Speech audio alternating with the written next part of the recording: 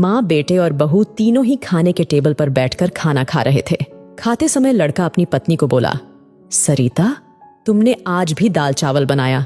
खाना बनाने में तो आलस मत किया करो तुम। बस हाउसवाइफ ही तो हो, तुम घर पर ही तो रहती हो। तुम्हें रसोई घर में कुछ अलग अलग खाना बनाना अच्छा नहीं लगता है क्या? क्यों रोज ही एक तरह का खाना बनाती हो? सरिता बोली, आज मैं बनाने वाली थी। मैं आज सूजी की खीर बनाने वाली थी, पर रसोई में सूजी खत्म हो गई। मैंने कल ही ऑर्डर किया था, पर अभी तक आया नहीं। कोई बात नहीं, मैं कल बनाऊंगी। रसोई घर में कुकर की सीटी बजती है और खाने के समय सरिता रसोई घर में आती है। रसोई घर से वापस आते वक्त डाइनिंग टेबल पर बैठकर सरिता बोली कि मैंने कुकर में आलू डाले हैं, शाम को मैं आलू के वड़े बनाने वाली हूं। यह सुनकर उसके सास को भी खुशी हुई। गोपाल बोला, अच्छा है, तुम दोनों को तुम्हारी पसंद की चीज बनाने में और खाने में बहुत मजा आता है। ऐसे में दरवाजे की बेल बजी। सीमा वापस खाने के टेबल पर से उठी और दरवाजा खोला। डिलीवरी बॉय सूजी लेकर खड़ा था। पार्सल लेकर सरिता वापस खाने के टेबल पर खाना खाने के लिए बैठी। तभी माँ बेटे से बोली कि तूने अगर दरवाजा खोला होता तो फिर क्या होता? बेचारी ठीक से खाना भी अच्छे से खा नहीं सकती। तो बेटा बोला, सॉरी, मैं उठ नहीं सकता, मुझे ऑफिस जाने के लिए देर हो रही है। फिर रूम में चला जाता है। वो सरिता को आवाज देता है, मेरी फाइल मिल नहीं रही है, तुम ढूंढ कर दो सरिता। फिर एक बार खाने की टेबल से उठने वाली थी और उसके तरफ जाने वाली थी। तभी सास ने उसे रोका। छोटा बच्चा नहीं है वो, खाओ तुम खाना। थोड़ी देर बाद रूम से गोपाल की आवाज आई, फाइल मिल गई। सास और बहू दोनों ही खाने के टेबल पर एक दूसरे की तरफ देखकर हंसने लगी। गोपाल ऑफिस जाने के लिए निकल गया। सरिता ने सारा काम खत्म किया। रात को आलू वड़ा, खिचड़ी भी बनाई। खाना देख गोपाल और सास खुश हो जाते हैं। सरिता सब काम निपटा के सो जाती है। दूसरे दिन सुबह गोपाल उसके बेडरूम में फाइल ढूंढ रहा था और वह फाइल ढूंढने की वजह से बेडरूम पूरा अस्त व्यस्त कर दिया। गोपाल अकेले में बड़बड़ा रहा था। इस घर में कभी भी कोई चीज समय पर नहीं मिलती है। इन औरतों को कोई काम नहीं होता, इसलिए दिन भर इधर का सामान उधर करती रहती है। उसके आवाज से सरिता वापस उसके रूम में आती है और रूम की बुरी हालत देखकर उसे गोपाल पर गुस्सा आता है। वह गोपाल को पूछती है, आप क्या कर रहे हो? तभी गोपाल बोलता है, मैंने तुम्हें पिछले दिन जो फाइल दी वो कहां पर है? सरिता तुरंत वह फाइल बाहर निकालती है और वह गोपाल को दे देती है। सरिता गोपाल को कहती है, इतना सारा सामान बिखरने से पहले मुझसे एक बार पूछा तो होता।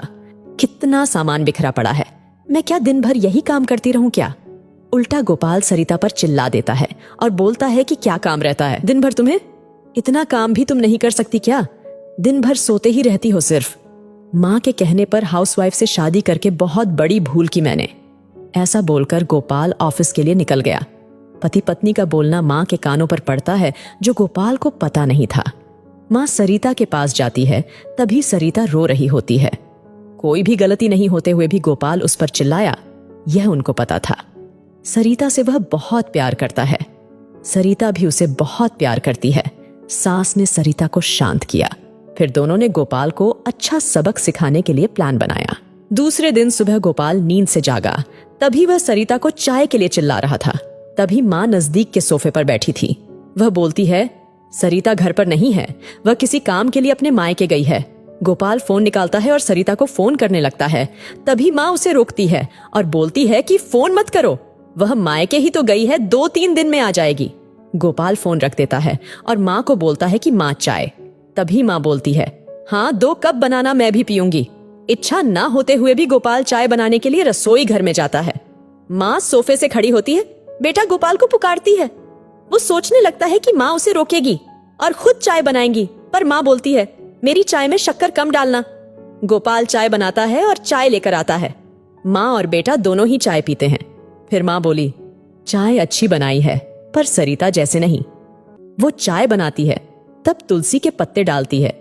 उस चाय की तो बात ही अलग होती है बेटा। कोई बात नहीं, अगली बार तुम चाय बनाओगे तब ध्यान में रखना। गोपाल अपनी माँ को देखते ही रह जाता है। थोड़ी देर बाद गोपाल उसकी माँ को बोलता है, माँ आज मैं मटर पनीर खाना चाहता हूँ। माँ फिर से गोपाल की तरफ देखकर बोली, अरे वाह, आज मेरा बेटा मटर पनीर बनाएगा और मुझे खाने के लिए देगा। अच्छा हुआ, बहुत दिनों से मटर पनीर खाने की इच्छा हो रही थी। तभी गोपाल बोला, अरे माँ, मटर पनीर आपको बनाने के लिए कहने वाला था। तभी उसे माँ बोली, नहीं बेटा, मेरे घुटने बहुत दुखते हैं, मैं इतनी देर रसोई घर में खड़ी नहीं रह सकती। तभी गोपाल अपना फोन निकालता है और रेस्टोरेंट से ऑर्डर देने लगता है। तभी माँ उसे रोकती है और बोलती है, मुझे वह होटल का खाना पचता नहीं है, मुझे गैस हो जाती है और तुम मुझे बाहर का खाना खिलाने वाले हो। क्या शायद माँ से प्यार नहीं करते हो तुम? तभी गोपाल खाना बनाने के लिए रसोई घर में जाता है। 1 घंटे बाद खाना तैयार होता है। 2 थाली में खाना लेकर गोपाल उसकी माँ के पास आता है। गोपाल ने दाल चावल बनाया है, ये माँ देखती है। गोपाल को बोली, अरे बेटा, तुम मटर पनीर बनाने वाला था ना? गोपाल बोला कि माँ, ये आसान है बनाने के लिए। तभी माँ बोलती है, सरिता होती तो आज उसने मटर पनीर बनाकर मुझे खिला दिया होता। पर जाने दो, तुम्हारे हाथों का खाना बना हुआ खाना कहाँ मैं रोज खाती हूँ। ऐसा बोलकर माँ खाना खाने के टेबल पर आकर बैठती है।